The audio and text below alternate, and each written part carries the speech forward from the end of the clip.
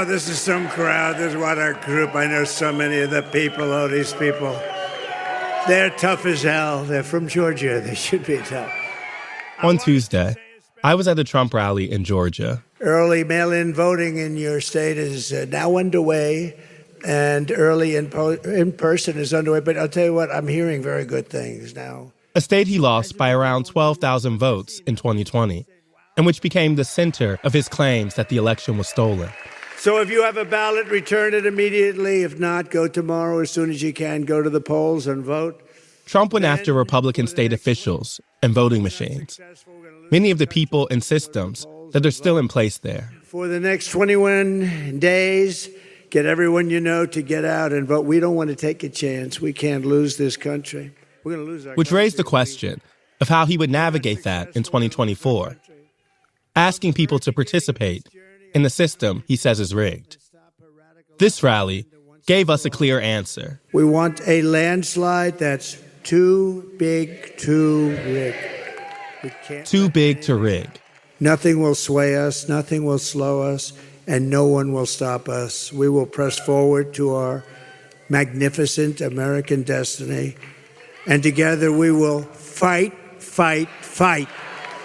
Today, inside the Trump ground game in Georgia, and why state Republicans are confident that 2024 won't be a repeat of 2020. From the New York Times, I'm Ested Herndon. This is The Run-Up.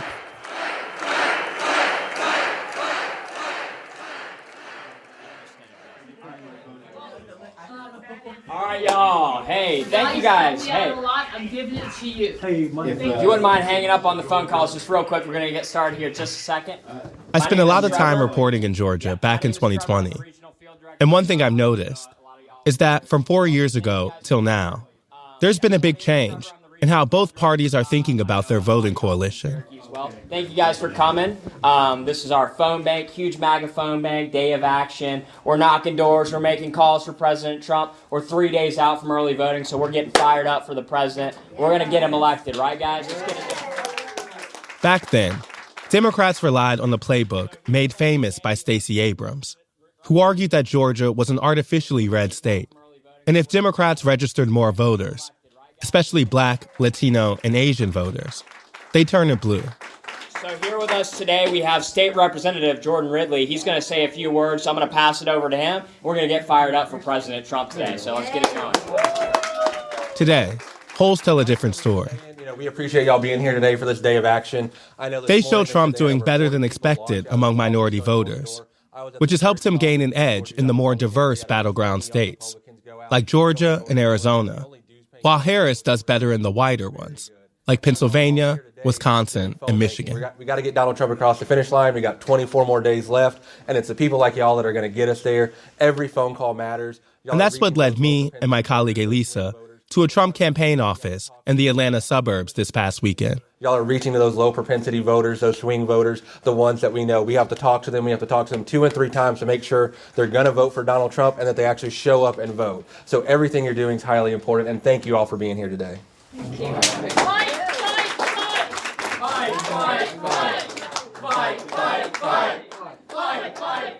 We wanted to see how Republicans are trying to convert their slight advantage in polling into an electoral victory. So you're the state rep for this area? So I represent Southwest Cherokee and North Cobb. Okay. So I'm about 5 minutes west of here. Okay. So yeah. State Representative Jordan Ridley, who'd been canvassing that day with the state's young Republicans, spoke to volunteers ahead of the phone banking to remind them of what's at stake. And when we talked to him, it was clear Republicans had their own theories about why Georgia flipped 4 years ago. 2020, we had COVID. We had a whole list of different things. People didn't want to go out to the polls. People did mail-in voting. So this year, no one's taking it for granted. While 4 years ago, I think there was some factor we're taking it for granted. Tangible difference is you didn't see these offices here 4 years ago. They're everywhere in Metro Atlanta and across the state now. There are volunteers. They're being out in the community. So that's the tangible differences. According to Ridley, the Trump campaign is now using a multi-pronged strategy. First, getting the most people out to vote early as Who possible. haven't voted. Every day the Secretary of State's office puts out who voted. So when you vote and you vote early, we know it so we can go target those people who aren't. Because once we get people to the polls to vote, then we know we got them locked in and we can focus our efforts on those who haven't voted. One of the things I wanted to ask also is that I remember being here in 2020, and part of the story of both those Senate races and Georgia's flip was in the suburbs kind of shifting. And some of those were, places like this who seemed to be a little annoyed with Trump, or at least less interested than they were in 2016. Have you been able to win those people back, you think? I think so. I think people who may not have been happy with Trump in 2020, they voted for the new option. They've seen the new option isn't that great. They see all the problems, all the failures of the Biden-Harris administration. So if they were even annoyed with Donald Trump, they know his policies work, and they're going to come back and vote for us in 24. The second prong is targeting people known as low-propensity voters, people who don't always vote. People who are low propensity, they may have that hiccup, or they may be people who want to be involved. They support Trump's America First policies, but they're just like, I'm busy, I can't do it. So when Trump's trying to reach out to them, like, hey, you like my policies, I need your vote this time. We saw what happened in 2020, anomaly, whatever you want to call it. We got to make sure we don't do that again. So we need you to come show up, because if you like my policies, the way we continue for 4 more years is you show up and vote. A big piece of how the Trump campaign is targeting these low-propensity voters is something called Trump Force 47. It's an organizing program where people can sign up to phone bank or door knock in their communities, with a special focus on people who don't vote consistently. Jay Wilson and Lori Wood are Trump Force 47 captains. Your pros? Door knocking, phone banking, I think we've both been Knocked out involved. almost 1,000 doors and made over 1,000 phone calls. Oh, wow. Wow. What's I was curious to hear about their experience and what it's like trying to convert people to Trump's side. Some undecided voters, when I start talking with them and I bring up the economy and I bring up Trump's policies versus Biden's policies, the last 4 years have been very difficult for a lot of people. They can't afford groceries. They can't afford life anymore. And how I position it with the voters, and it's been very effective, as I tell them, I said, if you want 8 years of this, that's what you're looking at with Kamala Harris taking the reins. She would be in office for 8 years. We know Donald Trump's policies work. You might not like his personality, but his policies absolutely worked. And we'll have him for 4 years. He's not a dictator. That's the media throwing that out there. And he would be there for 4 years, and then you get all new leadership. In 4 years, it's like a fresh start for everybody. And when I did that, I've talked to many voters. I had a woman yesterday, as a matter of fact. She was on the fence, and at the end of our conversation, she said, I'm voting for Trump, and she took 2 Trump signs from me and bumper stickers. And when we left yesterday, we were like hugging it out. One of the things that the state rep mentioned as he was talking about is the low propensity voters, people who don't come out often. Big part of it. And so I was going to ask, as you all are calling and if you're on doors, how much of your convincing effort is about getting people to vote at all versus Big time. between the two I spent a couple hours on a corner of the street in my neighborhood. I put out a sign that says register here, and that's all I did. I put out some balloons and I put up a Trump sign, and I sat there with a stack of 3-part paper, whatever it is, application for voter registration. And people would just come up and say, I had a lady come up to me and say her dad was 90, her mom was 84, she was their caretaker, and they had never voted before. And she wanted to find out how to get them involved and being able to vote. So I'm seeing things that are people that don't normally get active or getting more active. It's been a big part, I think, of the Trump campaign here recently, and certainly ours on the ground, that we got to find these people that maybe not necessarily would have taken the time in the past, but convince them to vote early, because it can rain on election day. We got to bank the vote, and I think that's been a big play on the campaign. Is it hard or difficult convincing people to vote early, considering 4 years ago, I know a lot of people were nervous about some of they those were things. nervous about it, but So I'm saying, it's changing. It's changed. They're not anymore. Yeah. So you're saying you don't run against any opposition when you're like vote early, or for people who may have been skeptical of that 4 years ago or thought Generally, that. it's improved, I think. And we think, here's what I think. I don't know if you agree. We have to outvote the margin that normally they get away with in inner city and other precincts, they get away with a certain amount of this kind of stuff, and it happens behind closed doors, and it's all Democrats that run the administration from up till down. So people like us, we feel like we got to get more than the margin of cheating. And I'm really confident that we're going to be able to do that. I mean, the groundswell is there. I mean, we're hopeful, I think. When you think about the pitch that you make to people, whether it's on the doors or calls, are you mostly saying what Democrats are doing right now is bad? Or you're saying, here's what Trump is going to do and that's good? Which pitch is more effective? I try to focus on what he can do that's good. That's what I would try to focus on. But there's so many other rabbit holes to go down. It's hard. But what you do is you show up and say, who do I want to put first? I want to put American citizens first, legal American citizens first. Whoever's in the productive class, I don't care what race, color, creed, I don't care about any of that. Are you part of the productive class? Do you put in more than you get out? That is what he cares about. So anyway, I try to focus on what he would do. We got to close the border. We got to focus on Americans. You know, that's really where I would go. But there's so many other rabbit holes to go down. Somebody used this analogy on me, and I thought it was a good one.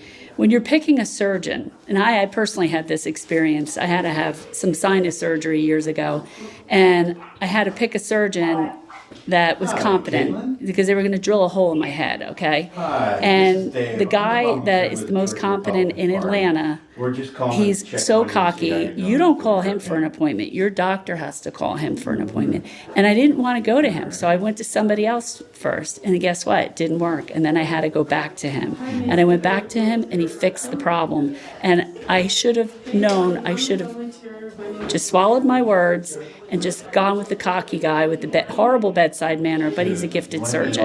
That's what I look at President Trump. He's the cocky guy, but he gets bedside manner, but the better option. Better results. It's better results. Can I do like a mini little role play? Like, let's say I'm some voter or some person you're talking to on the doors, and I agree with you all mostly that Trump's policies were better, that I don't really like how things are going right now. I'm unsure about Harris or whatever. But say, like, the thing that makes me nervous is January 6th. Or the things that comes in my head when I think about it are what happened at the end of the last one. I didn't like how 2020 ended. What would you say to me? I think it's Congress's duty to secure the Capitol. They should have had people there. I think January 6th, I think there's a lot more questions than there are answers. If you did break, property, if you did hurt somebody, you absolutely deserve to be in prison. I support that 100%. But in all my door knocking, I can honestly say I think I've only had one person bring up January 6th. Only one person. The biggest rejections I see are from super nice. I've met several nice ladies, nice women. You can hear they're family women, but they're scared and they're worried about the kind of the abortion question. That's what that comes up a lot more. That's what I hear. And the only thing I say is that abortion's not going away. Trump is not a pro-abortion. He doesn't have that ideology, anti-abortion, no abortion ideology. He doesn't have that. He doesn't have a pro-abortion ideology. He doesn't care. He wanted to get it away from what everybody agreed that the Roe v. Wade decisions, 1973, the year I was born, was bad law. Those were men in robes making that decision for women. We have states that can make those decisions. But if I was a voter who was saying, I'm worried about abortion access, and Trump installed the judges that put that into question, your response would be what? I would say it's in the states, and now you've got a local place. You can go to your state house. You can get fired up and signs and protest and demonstrate and write letters to the editor right here in your community, and you can have a greater impact on your access to abortion, or if you're in opposition to abortion right now. There's never been more possibility for you to affect change in the world that matters to you. I also believe IVF should be covered by insurance. I was fortunate back in 1999, almost 25 years ago, that my IVF procedure was covered through insurance. It was a blessing beyond belief. You are upset at the Republicans who don't necessarily agree with that, because there's been an open question about IVF and abortion There's stuff some too. loud Republicans that are or Of course, thinking Trump what has been you're in a different place. We know Trump has been in a different There place. are some people that are like, oh, abortion, but that's not. I don't think everybody that's involved in Trump has changed the dynamic on everything. It's no longer the evangelical Christian Republican Party. It's no longer the country club Republican Party of the rich businessman. It's no longer that. This is now the party of the working person and the reasonable America First people. Thank you. I think we listen as you all do some of the calls, and then I'm going to try to connect with some other folks. Not everyone at the phone bank was as experienced as Jay and Lori. I would love to know your names, first of all. My name is Sean Banks. And I'm Julia Banks. Yeah. Y'all. Take Julia and Sean Banks. They're a married couple who are both black and caught my attention in the room. So after talking to two experienced phone bankers, I wanted to talk to them, rookie campaign volunteers, who are both part of a closely watched demographic this election. As polling shows Harris's support with black voters in swing states slipping below expectations. I've always been more conservative as black people. I think black people in general are more conservative, but we get pushed into this Democrat plantation from, I guess, the 60s or whatever, and then it just continued generation after generation. Did you grow up as a Democrat? Yes. My family, they're probably still Democrat, unfortunately, but, When was the first time you remember voting for a Republican? I voted for George Bush when I first could vote, and then I repented every day for it. I voted for Obama twice. Mm-hmm. And then you voted for Trump in 2016? Yes. What was it happened between 2012 and 2016 that made you think, I'm going back to Republicans? So Obama, to me, first of all, I feel like he betrayed us. Like he some of the values that I have, he was like, I don't stand for this, I don't stand for that. And then once he got in office, he did everything for, like the gay community. He did nothing for black. The marriage thing, when he originally was against gay marriage, and then he was for. Yeah, and he did that to get the Christian vote, the black Christian vote, and then he just like, oh, this is who I am, and he took off his suit, his devil horns came out, Interesting. Did you vote for Obama? I did vote for Obama the first time. I actually voted third party the second time. And I realized both sides is tainted, left wing, right wing, same turkey. And I always agreed with that. But to me, Trump was sort of a wild card. The wild card is good. The wild card is good, yeah. I mean, some people can say wild card. Well, a lot of people. I just clarify. You're using wild card as a Yeah. A lot of people say that a bull in a china shop is bad too, right? Right. But I believe he's a bull in a china shop. And sometimes you got to break eggs to make an omelet. That's what makes me like him. Why do you think such an overwhelming amount of black people vote for Democrats? Well, I hate to say it like this, but they've given us things, whether you want to say it's welfare, but they've given us certain things. They've looked at us as defranchised, and I think they're replacing us with the illegals. So now we got, I want to say what I want to say, but now we got some new people to give stuff to. And I think they thrive and they give stuff to people they think that need it. It's like a lost puppy or whatever. So I think that's why we normally vote that side, because we look at the Republicans as being the elite, the rich white men who don't care about nobody else but themselves, which they still paint Donald Trump as. I don't see it that way. I would say if 2004, I imagine black Republican was a more lonely position. Do you talk to more people about it now? Do you think things are changing? Do you think the relationship between black folks and Democrats or Republicans are changing? I think Trump is changing that. Anytime I see a lot of these podcasters go out in the street and ask people, a lot of times they go to the black neighborhoods, the barbershops, and what you're hearing from a lot of young black men like my age and middle age, what they're saying is things were better economically under Trump. And I think it's not just black men, it's white men too, white young boys too. And I think why they're gravitating towards Trump and not gravitating towards Harris and Walz is the fact that deep down inside, young men want to have a wife and take care of their family. We have this whole thing with Andrew Tate or Jordan Peterson teaching men to be men again, but The Democratic Party seems like they want to call that, they want to say that's toxic. What's toxic about a man being a man and taking care of his family? And I think the Republican Party shows that strength. I mean, it's one thing to vote for him. It's another thing to be at a phone bank and kind of put yourself in a more active position. Why did you decide this time, I want to be someone who's organizing votes. I want to be an ambassador for Trump rather than just, I'm voting for him in the booth. You asking me? So to me, it's Kamala Harris is so bad, and she's fake. I don't think she's qualified to run the country. It's not because she's a woman. I don't care about. I'm gonna try to put a filter in it. I don't care if she's black or not. Her policies are bad, and. Do I want to see a woman in the... I don't care if a woman is president or not. I want someone qualified. She's not qualified. And I will add this to it. Obama actually, we saw him campaign. We saw him earn the spot that he got. I don't see that with Harris. I see more of it's been given. She ran for president. She got knocked out. And then all of a sudden get picked up. Only because of what she looked like in her gender. That makes me... feel like she didn't earn it, just like she didn't earn the presidential candidate. The guy dropped out, you're the next one up. You all are doing these kind of efforts. I'm curious, like, what comes up as you talk to people about trying to convince them to vote for Trump? What are some of your interactions like, and what strategies have you used? Do you have some go-to things that you say, this is why I think you should vote for Trump?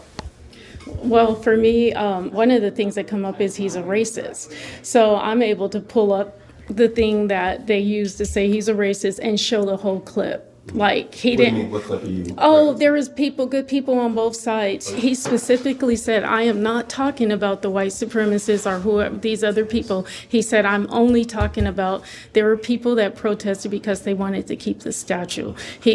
Everybody that was there was not bad. So you're saying when you hear people say, Donald Trump's a racist, or I won't vote for him because that, you go back and say, hey, what you think about Charlottesville actually wasn't what he fully said. Correct. Do you have a go-to strategy that you said to combat? I can't convince my own family, but they think he's racist. My mother said, and my mother voted for Bush because of his policies. But for some reason, she said she hates Donald Trump's voice.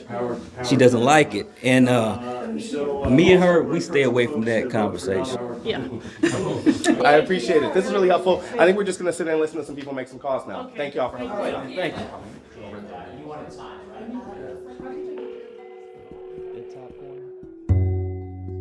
So Julia and Sean may not represent the low-propensity voters the Trump campaign needs the most. But their story, and transition from Obama voters to Trump volunteers, speaks to some important themes that will shape this election, as do their efforts to convince their family members and friends. 4 years ago, Georgia's demographic shifts seemed to spell doom for Republicans. Now, the party is working to bring these voters into the fold, efforts that seem to be reflected in the polls. And it's part of the reason Republicans are confident that 2020 will go down as an outlier, as long as their party remains united and energized. After the break, the first day of early voting in Georgia, and the first clues on whether they actually are.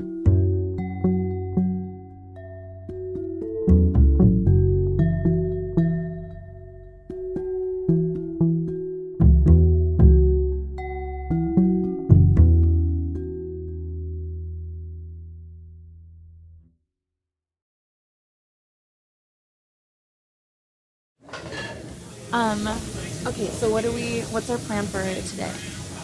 Well, currently we're at the Red Eyed Mule diner in Marietta, Georgia. And today is Tuesday, October 15th. And it's the first day of early voting in Georgia. So after spending the weekend hearing the strategy from the Trump campaign on how they were trying to reach people who don't traditionally vote, or maybe people who are more interested in Trump more this time than they were last time, we wanted to see if we can find a voter who really represents someone who has heard that message and responded by voting early. The Trump campaign mentioned over the weekend the importance of early voting because they're trying to have these votes banked so they can increasingly target voters as they get closer into Election Day. And it's something that the party's really shifted on. So we're going to go around to this all-important county in the state and see what the early voting sites look like. And then we'll finish the day at Trump's event, which is also in Cobb County. We started at a rec center in Cobb County, an area of Metro Atlanta, just outside the city, which went for Biden in 2020 by a margin of 56% to 42%. And for many, especially Democrats, it was about convenience. One thing I do is I check the map to see what the wait times look like, and it's 5 minutes. Yeah, he said, so it's time to act right now.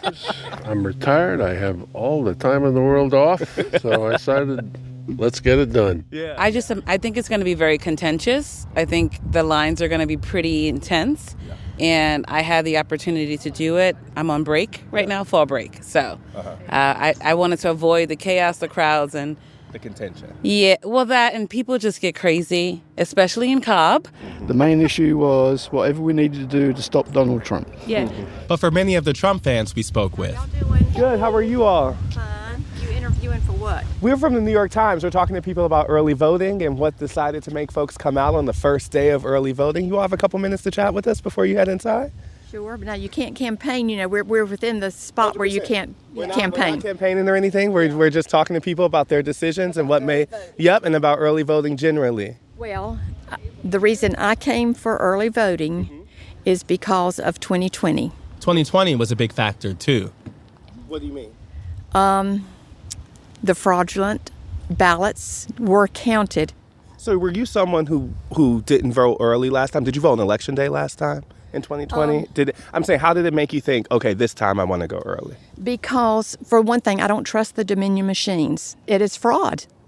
It's fraud. So when you vote early, even though I'm going on the machine, they're supposed to count the number of ballots and the number of people who voted and make sure that's equal. So it'll be a lot easier for them if people come and vote every day rather than just the last day. So that's another reason. Why you're here. One question I have, though, is let's say your candidate is not successful. Is there a way that you would still trust that it was fair if your candidate loses? I'm not sure, because if they're going to use the same machines that were crooked last time, why won't the same machines be crooked this time? Thank you so much. You're very welcome. Hi, how are you all? My name is Estelle. This is Lisa. We're from the New York Times. We're talking to people about early voting. What's the top issues that matter to them in this election? If y'all maybe have 5 minutes, we would love to chat with you all. Georgians have been so nice to us today. Sure. Why did you decide to come on the first day of early voting? I just wanted to make sure I got my vote in. Have you typically voted early? In the past, I have a couple of times where I'll go on voting day. But this time you wanted to make sure? I just wanted to make sure I got it in. Are you a Democrat or Republican? Have you identified with any party? I'm independent, but I'm voting for Trump. How did you come to that decision? Is there a top issue that mattered for you that really closed the deal for you? Economy, immigration. I voted for Trump since the first time he came down the escalator. So it's been 16, 20, and this time. Yeah. Cool. One thing I was going to ask is, I remember 4 years ago being in Georgia, and there was concern among Republicans about trust in the electoral process. I'm wondering, how do you feel now, and do you think that issue is still kind of top of mind for people? I am worried about it. That's actually one of the reasons I wanted to come and vote early. Oh, it is? The last time I voted, I felt there were some strange things that happened when I was voting in Cobb County. Kind of felt like my vote really might not have been counted. And you were voting early 4 years ago, or that was on Election Day? It was still early. Okay. Yeah. I think more Republicans are thinking like that this time? I do, and I think a lot of Republicans feel that the last election was stolen. Relating that to this one, how is this going to be trusted? One way I want to ask it is the only result that's going to be trusted a Trump victory? Yeah. That's how you feel? Yeah, I'm hoping that he has a landslide victory, so there's no questions about it. But you feel like if we come to November, if we come to election night and it's, a slight Harris victory like last time, you think those same things will pop up? I won't believe it. I just see all of the rallies Trump has, and everyone that I talk to that's voting for Trump, even people who in the past were Democrats. My family's always been Democrat. My mother, strongly Democrat, is voting for Trump. So there's a lot more people getting out and voting now, I think, for Trump. Which leads you to feel like the result you'll trust is a Trump victory. Yeah. Cool. You have any more questions? Top issues. We got it. Thank you. Okay, thanks. Thank you so much. We appreciate your time. Hey, how are you? My name's Ested. This is Lisa from the New York Times. We're talking to people about early voting and what their top issue is in the election. We were hoping to just talk with you maybe for 5 minutes. Georgians have been so nice to us today. Can you tell us why you decided to come on the first day of early voting? Well, the Republican Party of Georgia wants people to go ahead, and if you vote, then your vote is it is counted and it is banked, and the Republican Party then does not have to continue to reach out for people who have not voted yet and spend money and time and effort contacting them. So that's the theory behind it, and so there's also the idea that they wanted to have a lot of people vote on the first day just to show the enthusiasm for Donald J. Trump and J.D. Vance. Did you vote early 4 years ago? Yeah, I did. You did. So you've typically used the early voting option. Yeah, but not like on the first day. I just You did on the first day, kind of because of that specific request from the Republican Party. Right, sure. The idea of voter integrity in Georgia is paramount, and people have got to really understand that we are having free and fair elections, because 2020 was an absolute disaster and a chaos. What do you think the effect is? I mean, because you're laying out what I think is the kind of the MAGA argument of how they seem the last 4 years. Do you think that kind of MAGA base will have trust in the results of this time around? It depends on how transparent it is. So the question is, there are a lot of people looking this time. It won't be a question of trust the results. It'll be a question of we've got to see the evidence and we've got to be able to count it. And just the last question. When you say we, I'm saying, are you working with a specific organization? No. Have you or you're just someone who has been? I'm somebody that goes down to the state election board meetings, that stands up and says something about it. I'm a guy that shows up on the first day of voting as asked to be able to do this.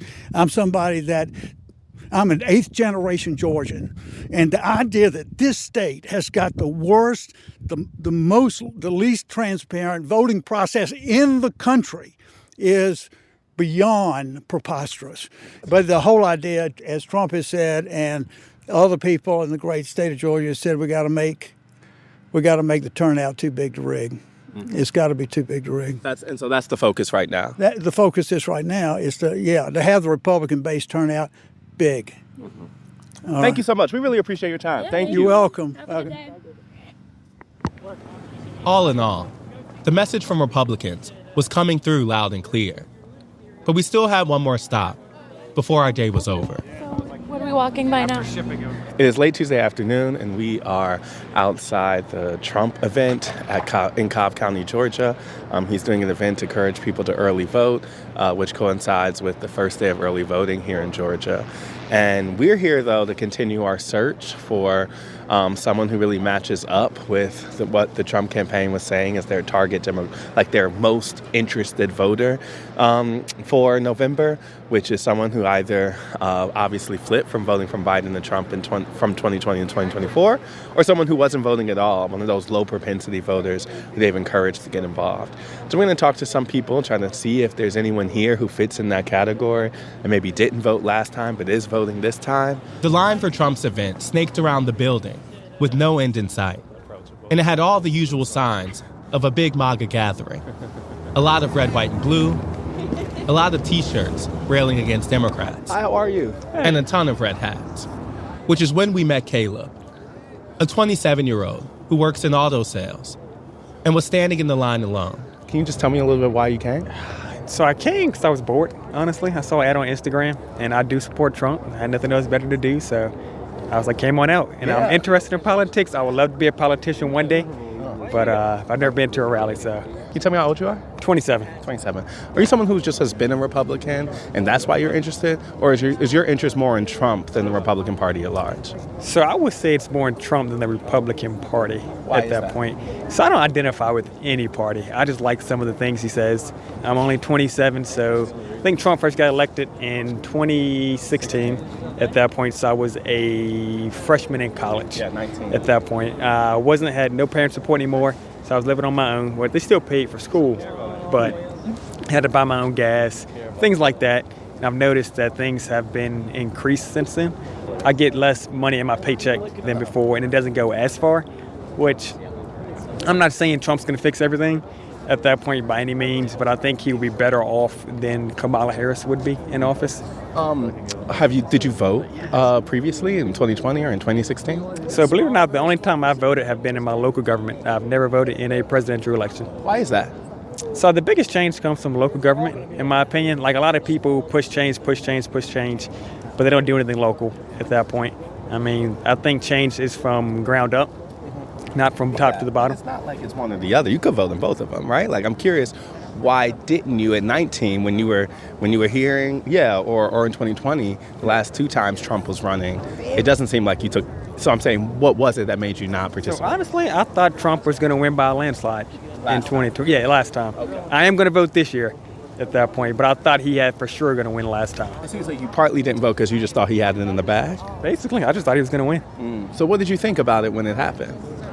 I was surprised at that point. I wasn't as surprised as some people were, but I was genuinely surprised. I mean, I don't think there was like any cheating or anything done like that, but you never know. I mean, I wouldn't put it past anybody, but I'd say I was just, you ever like been watching the news and be like, oh crap, that happened? Yeah. And then the next day you just kind of forgot about it? That's how you felt about what? About the election? Kind of, sort of, yeah. I mean, like, oh crap, he lost. And then I just went on with my day. Because I couldn't do anything to change it. Yeah. One thing, there's a lot of talk about kind of people who irregularly vote. Honestly, people like you. Yeah. And, what motivates them to get involved versus what doesn't. So for you, what's made you say, I'm for sure going to vote this time when you haven't voted the last two times? So a couple of different things. The number one reason, honestly, is because of my mom. She's African American. And a lot of black people have died for black people to have the right to vote. She got mad at me last time for not voting. I thought Trump was going to win. But this year I will vote to make my mom happy. And also I've learned that, one vote does make a difference. I used to believe that it didn't make a difference, but at the end of the day, I think it somewhat does now. Is it easier to believe that your vote matters because Georgia's a swing state and is close and important in the presidential election? So I am actually a registered voter in South Carolina. Oh, okay. Yeah, I'm just in Georgia for work at the moment. For work. Okay. Correct. That's interesting. Okay, so would you describe, you mentioned kind of prices, would you describe your top issue as like inflation and economy? Is that what's really driving some of your support for Trump, or are there other issues that also matter? So there's a couple other issues as well. I think Trump is an outsider, and they don't like that as well. I'm a big conspiracy theorist, depending on what it is, but I like conspiracy theories.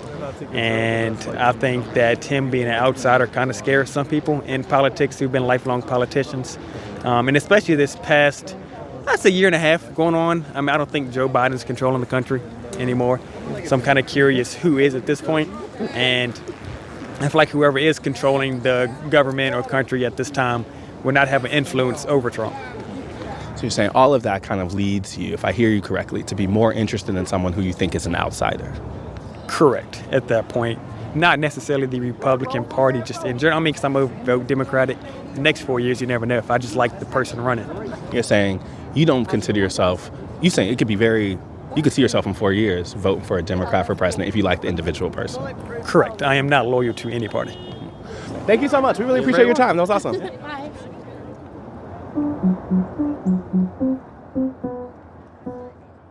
So Caleb isn't technically a Georgia voter, but he does represent the type of person who both campaigns will spend a lot of time targeting in the race's final weeks.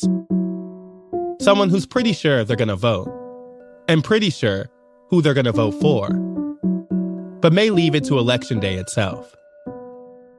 But one thing I learned from my time in Georgia is that early voting efforts help with that cause. A record 300,000 people cast ballots on the first day of early voting, according to state officials, which means the campaigns can focus more on the Calebs of the world, people who could be the deciding factor in a razor-close race. This is essentially what Democrats did in 2020, and what Republicans refused to do at the time, led by Trump, who often railed against early voting and encouraged his base to only vote on Election Day. But all that has changed now that November 2024 is around the corner. Republicans, including Trump, are all in on early voting, and they found a message that resonates with their base. Don't vote early because you trust the system. Vote early because you don't.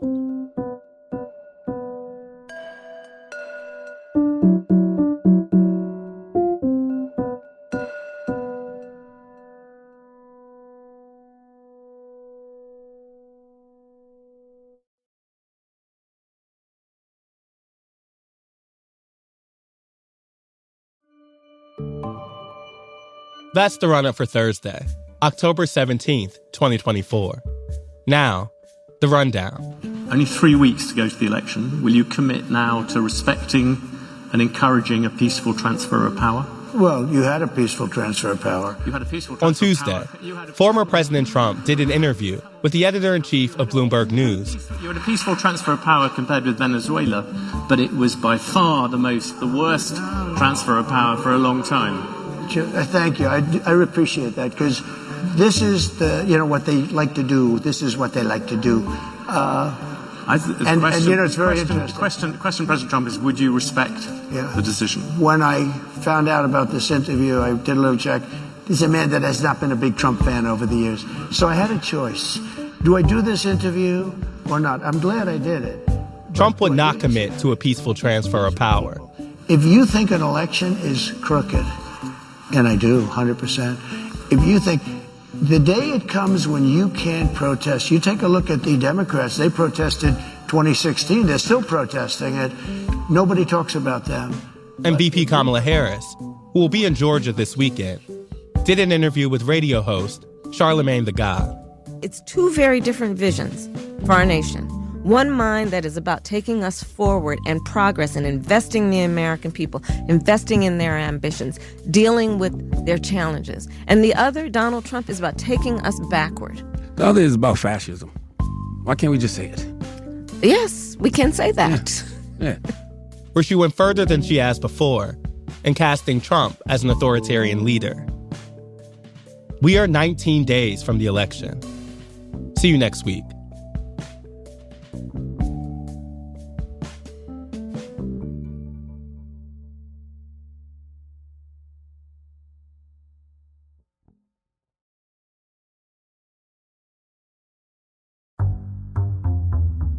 The Run-Up is reported by me, Ested Herndon, and produced by Elisa Gutierrez, Caitlin O'Keefe, and Anna Foley.